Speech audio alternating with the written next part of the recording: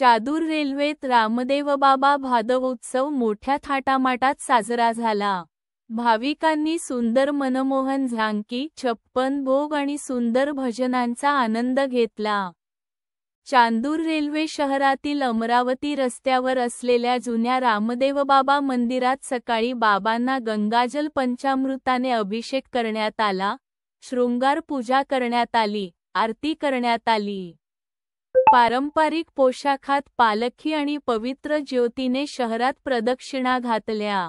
मंगळवारी दुपारी 4 वाजता बाबांची पालखी रामदेवबाबा मंदिरातून बँड संगीत आणि फटाक्यांच्या आतषबाजीसह काढण्यात आली।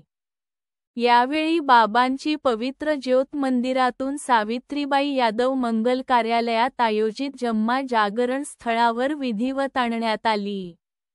भाविकांनी शहराच्या मुख्य रस्त्यावर पवित्र ज्योत आणि पालखीचे दर्शन घेतले आणि त्यांचे फुलांनी स्वागत केले।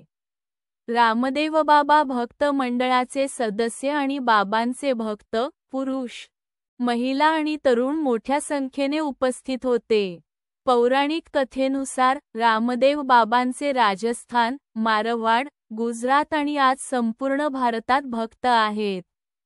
राजस्थानच्या रुणीचा गावात बाबांचे एक मोठे मंदिर आहे जिथे दूरदूरचे भक्त त्यांना नमस्कार करण्यासाठी येतात। रामदेव बाबांचा जन्म भाद्रपद शुक्ल दुजेच्या दिवशी तोमर राजवंशातील राजपूत आणि रुणीचाचे शासक अजमलजी यांच्या घरी झाला। त्यांनी आपले संपूर्ण आयुष्य अत्याचारित, गरीब आणि मागासलेल्या लोकांची सेवा केली। त्यांनी रूढीवाद आणि अस्पृश्यतेला विरोध केला। भक्त त्यांना प्रेमाने रामापीर किंवा रामसापीर म्हणत। रामदेव बाबांना भगवान कृष्णाचा अवतार मानले जाते।